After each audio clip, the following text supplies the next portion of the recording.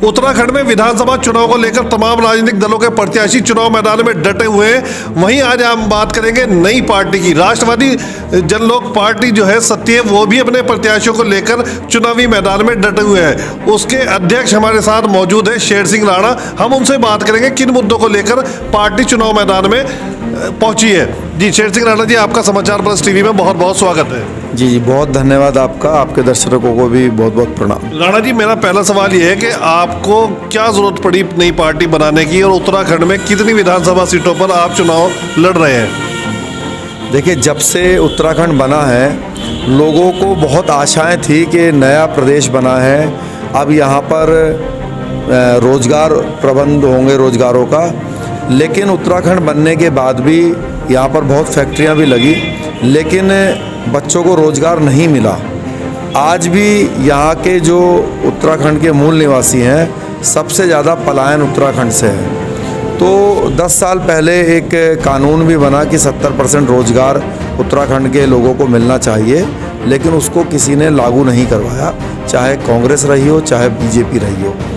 अभी 2 वर्षों से हमने एक संगठन के माध्यम से राष्ट्रवादी जनलोक पार्टी सत्य का निर्माण किया और हरिद्वार के अंदर, देहरादून के अंदर कई बार हमने सचिवालय का घेराव किया, कलेक्ट्री का घेराव किया और ज्ञापन दिए कि भाई जब कानून बना हुआ है तो इसको लागू करवाइए। और यहाँ पर 5000 से ज़्यादा फैक्ट्रियाँ हैं, उसमें लोकल व्यक्ति को नौकरी का प्रबंध कीजिए। अगर नौकरी नहीं दे पा रहे हैं तो बेरोजगारी भत्ता दीजिए। लेकिन किसी ने हमारी नहीं सुनी। क्षेत्र की जनता बेहद परेशान है। यहाँ पर इतनी भारी बेरोजगारी है, यहाँ पर कई उपक्रम लगे हैं, लेकिन 5-5, 6-6 हज़ार लेबर क्लास में नौकरी देते हैं, 8-8, 10-10, 12 घंटे काम करवाते हैं ये बाबा रामदेव जी जैसे। तो इसलिए जो है राष्ट्रवादी जनलोक पार्टी सत्य ने फैसला किया कि जिन चीज़ों के लिए यहाँ के लोग मांगने जाते हैं, हम खुद के प्रत्याशी लड़ाएं, चुनाव जीतें और इनकी समस्याओं को दूर करें। और जो गंगा जी के किनारे जो लगे हुए गांव हैं, वहाँ पर भी बाढ़ की समस्या रहती है, लोग बड़े परेशान हैं। तो मुझे विश्वास है कि जो हमारे सभी प्रत्याशी हैं चुनाव जीतेंगे और हम लोग सरकार में हिस्सेदार बने। कितनी सीटों पर चुनाव लड़ रही है लोग राष्ट्रवादी जनलोक? राष्ट्रवादी जनलोक पार्टी सत्य 4 सीटों पर चुनाव लड़ रही है। हरिद्वार ग्रामीण जिस पर आप खड़े हैं अभी, यहाँ बहन रेखा सैनी जी हैं, लक्सर से अजय वर्मा जी हैं और खानपुर से मुनेश चौधरी जी हैं और रायपुर विधानसभा पड़ती है जिला देहरादून में, वहाँ पे सुरेंद्र रावत जी हमारे प्रत्याशी हैं और मुझे विश्वास है सब विजयी होंगे। राणा जी, आप बात कर रहे हैं जैसे अपनी नई पार्टी की, भाजपा और कांग्रेस की हमेशा सरकार रही है उत्तराखंड में। कितनी बड़ी चुनौती है आपके सामने इन जो अपने प्रत्याशी हैं उन्हें जिताना? देखिए, जैसा मैंने आपसे पहले भी कहा, मुझे विश्वास है जिस तरीके से लोगों का समर्थन मिल रहा है और जनता इन बड़े राजनीतिक दलों से परेशान है। लोगों की इच्छा है कि हमारे क्षेत्र का कोई राजनीतिक दल जो है वो बने और उसके प्रत्याशी जब जीत जाएं तो हम जिसको भी समर्थन दें, तो ये जो हमारी शर्तें हैं इनको हम पूरा करवा लें कि बेरोजगारों को रोजगार दें या तो बेरोजगारी भत्ता दें, और जो गंगा जी के किनारे बसे हुए गांव हैं उनको एक एक ट्रॉली जो है वो अपने निजी इस्तेमाल के लिए रेता या जो पत्थर हैं उनको इस्तेमाल करने की इजाज़त मिले। इस तरीके से आप चुनाव में आए हैं, यूपी में भी कहीं और भी हैं जो प्रदेश में, किसी और प्रदेश में आप चुनाव लड़ा रहे हो? उत्तर प्रदेश में भी कई सीटों पर हमारी पार्टी चुनाव लड़ रही है। क्या उम्मीद है आपको? वहाँ पर भी हमें बहुत पॉजिटिव रिस्पांस मिल रहा है, बहुत उम्मीद है। मुझे विश्वास है कि वहाँ पर भी हमारे कुछ प्रत्याशी जीतेंगे और वहाँ पर भी हम लोगों की सेवा करने में कामयाब रहेंगे। राणा जी, आपकी पार्टी अभी हाशिए पे है, नहीं लगता कि वो वहाँ तक पहुँच पाएगी। इसके लिए तो बहुत लंबा संघर्ष करना पड़ेगा आपको। आप बेरोजगारी की तो बात कर रहे हैं, आप जो जनहित के मुद्दे हैं, जो जनता की समस्याएं, चाहे पेंशन से रिलेटेड हो, रास्तों से हो, तमाम ऐसे मुद्दे हैं जिनसे आप काम कर सकते थे और पहले से आते तो ज़्यादा बेहतर था। नई पार्टी का एकदम गठन हुआ है और एकदम विधानसभा में आ गई, कितनी बड़ी चुनौती? देखिए, ये तो आपने अपने विचार रखे, लेकिन हम क्योंकि गाँव में लगातार घूम रहे हैं 2 सालों से, और आप ही के मीडिया के माध्यम से आप ही लोगों ने कई बार छापा है, दिखाया है कि किस तरीके से राष्ट्रवादी जनलोक पार्टी सत्य ने हरिद्वार का घेराव किया, बेरोजगारी मुद्दे पर देहरादून सचिवालय का घेराव किया। तो ये कहना कि हम अभी आए, तो ये तो मैं आप अपनी वीडियो देख लेना, कम से कम 1 साल पुरानी तो आप ही ने न्यूज़ चलाई होगी। राणा जी, अगर किसी पार्टी से गठबंधन करते तो ज़्यादा बढ़िया रहता। अगर किसी पार्टी से गठबंधन करते कितना बेहतर लगता हो? देखिए, गठबंधन किया जा सकता था। उत्तराखंड क्रांति दल से हमारा गठबंधन था और कुछ और भी राजनीतिक दलों से हमारे गठबंधन की बात चली थी। लेकिन जैसा कि मैंने आपसे बताया कि हमारा पार्टी का एक विज़न है, उस विज़न को, उस जो हमारा मैनिफेस्टो है, अगर कोई उस मैनिफेस्टो को लागू करने के साथ हमसे गठबंधन करता तो हम ज़रूर करते। लेकिन क्योंकि हर पार्टी का अपना एक विचार होता है, अभी जब हमारे प्रत्याशी जीत जाएंगे तो हम समर्थन भी तभी देंगे किसी को जब उस मैनिफेस्टो को लागू करने का भरोसा हमें दिया जाएगा।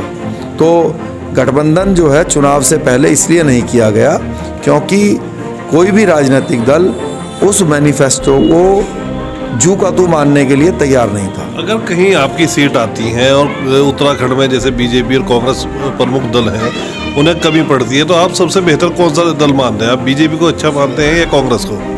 देखिए, हमारे लिए तो दोनों ही दल अच्छे हैं और दोनों ही दल खराब हैं।